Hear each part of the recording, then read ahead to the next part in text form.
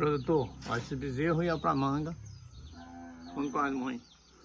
Quando o tempo tá feio, tá chuvoso. Pra que eu vou deixar os bichinhos tomar chuva?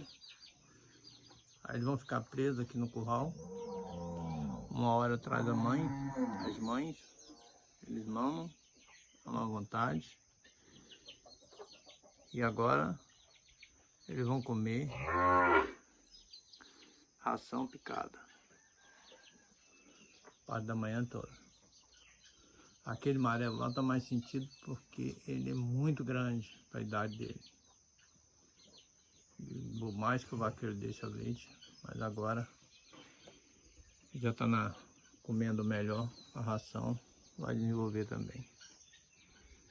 Aquele outro pequenininho lá não é filho dos meus bois não, é compra. Não deixa o bezerro tomar chuva nesse período.